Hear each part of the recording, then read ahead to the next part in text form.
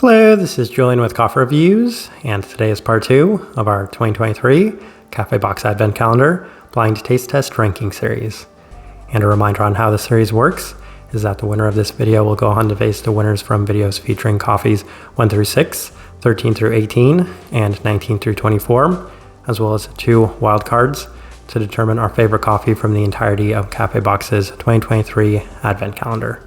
So let's go ahead and introduce the coffees featured in today's video, beginning with day 7, which is the Frinsa Funk, a lactic anaerobic natural processed Indonesian coffee from Clever Coffee, based out of Otter, Denmark. Day 8 is the Guaca, a seal fermentation red honey processed Costa Rica from Swerl Coffee, based out of Falkenberg, Sweden. Day 9 is the Alaka, a wash processed Ethiopian coffee from Frukt Coffee out of Turku, Finland.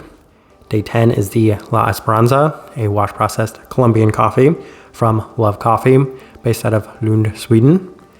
Day 11 is the Gravil Sabillon, a wash-processed Honduras coffee from Slöinge, based out of Slöinge, Sweden.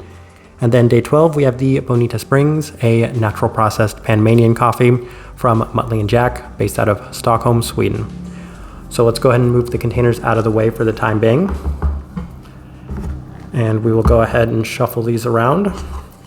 And as always, none of these cups are labeled anywhere except on the bottom. We just like to shuffle them around for good measure. And that also gives us an opportunity to discuss what we have in our hands here today. And we have 3 washed and 3 non-wash processed coffees, including a wash processed coffee, an Ethiopian one from Frukt, which I do believe is probably the biggest favorite going into this video, mostly because Frukt is my favorite coffee roaster among the ones featured in this video. And in addition to that, Ethiopian coffees do tend to perform pretty well in these blind taste test videos. The biggest underdog is going to be that Frinsa Funk. And I'm going to be completely honest, I will probably be taking in the aroma of these coffees pretty heavily as I'm trying to determine which coffee is that Frinsa Funk before I actually try it, because I do feel like that might impact my palate for coffees that come after that, as I do fully expect that one to be a very intense coffee, and as a result, I do want to save it for last. Let's do one more shuffle over here. And we'll start with this coffee right there. All right, here we go. Cup number 1.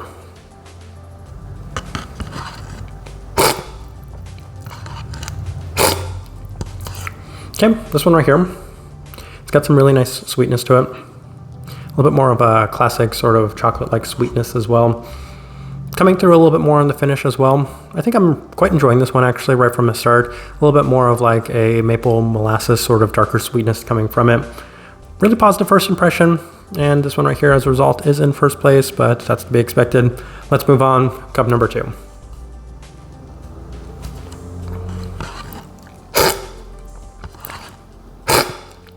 Okay. This one right here, not necessarily the most vibrant coffee out there. It does seem to just have a little bit more subtlety to it in general. Maybe some ever so slight citric aspects coming through a bit more in the finish. Interestingly, this one could possibly be a number of coffees. I'm going to place it in second for right now. I do have some early guesses on both of these coffees, but interesting on this one. Let's just continue moving on for the time being to cup number 3. I think I know what this coffee is, this one right here. I'm very certain of what this coffee is. I don't think it's a Frinsa Funk. It's got a very strong intensity to it in the aroma, and that leads me to believe it's the second most processed coffee that we do have on this table, which is that sealed fermentation red honey Costa Rican coffee. This one is not necessarily my favorite right off the start, so I'm going to put this one in third place for right now. It's got a fair bit of those really strong red fruit aspects that are present in much more processed coffees, so for that reason, definitely third right now. Let's move on. Cup number 4.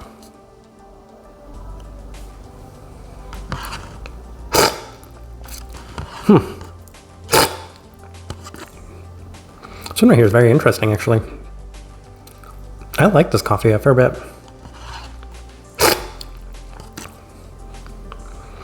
I think that this one's probably going to be our Honduran coffee. It's got some great sweetness to it as well. I think I've had coffees like this in the past, and I think that this one was a Panama coffee, and for that reason it reminds me a little bit of those, most specifically the Los Yoyos I had from Passenger quite a while back. As a result, I think it's a really nice cup of coffee. In addition to the sweetness, it's got a lot of those classic Central American components to it and a slight bit of a citric component as well. First place for right now, I think that one will surprise me a fair bit. Let's continue moving on. Cup number 5. I'm guessing then that one's the Frinsa Funk, because this one doesn't necessarily feel overly intense either. Yeah.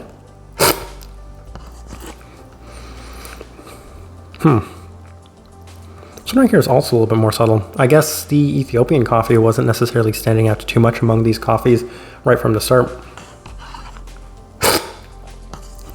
I can say this for sure. I definitely enjoyed it more than this one. It's also a little bit more subtle and tame. I'm going to place it right here for right now, and I'm going to assume that that means that this one's the Frinsa Funk. And yes, it is. All right. I do have to at least give it a shot, so let's give it a fair shot.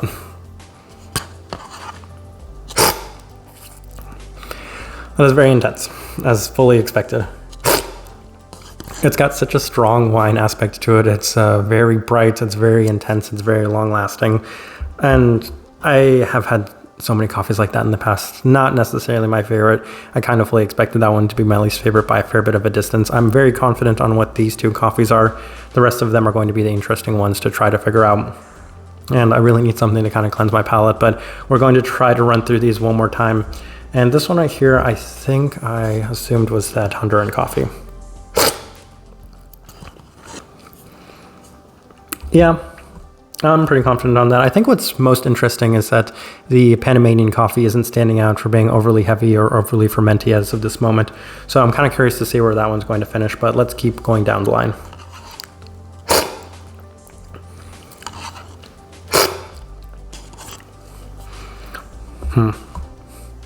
That one right there, it's got a little bit of additional brightness to it. I'm wondering still if that could be the Ethiopian coffee, and if it is, it's not necessarily standing out too much relative to a lot of these other coffees. And this one right here, coming out a little bit more subtle. Now I'm beginning to wonder, this one has the most delicate body, so I'm beginning to wonder if that might be the Ethiopian coffee.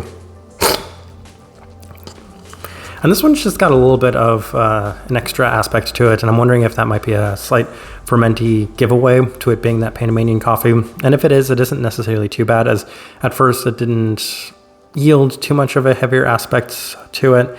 It's a little tricky. I think I'm willing to at least start making some guesses, and on these ones right here, I'm 100% confident. And that's that this one is the Frinsa Funk, and then that this one is the Costa Rican coffee. And then these over here, that's where things are going to get a little bit more tricky. This one I thought was the Honduran coffee, and that should be number 11.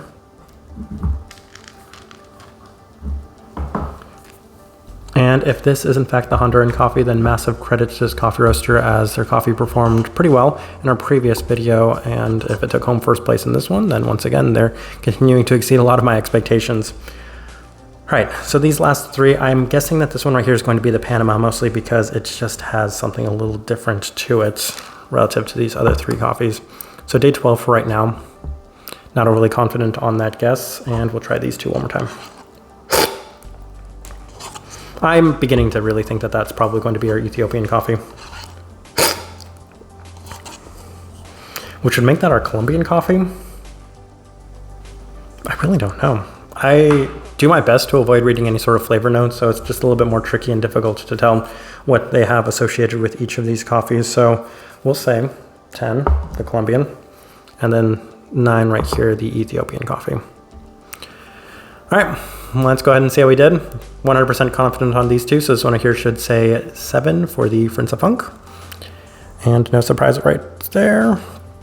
As I mentioned, the first time I picked up that cup, it had that aroma to it, and then trying the coffee itself, I could instantly tell what it was, and that one was going to be the easiest giveaway in this blind taste test.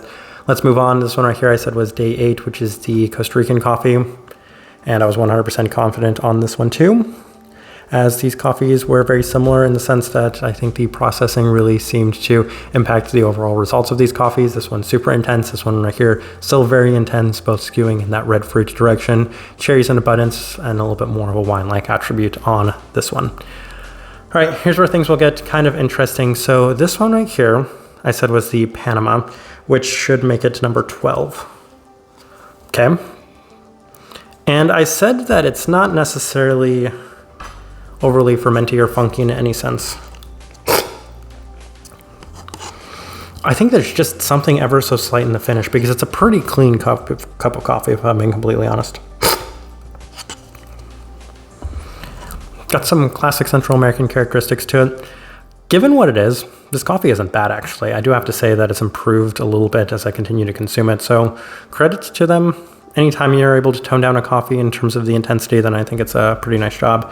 So this one right here, not bad. Let's continue moving on. So this one right here I said was the Ethiopian coffee, and I think this is the make or break. So we're gonna go ahead and find out right here. So this should say number 9, and it is. That's a surprise to me. This is the biggest surprise of the blind taste test up to this point because I fully expected this coffee to completely run away with this one.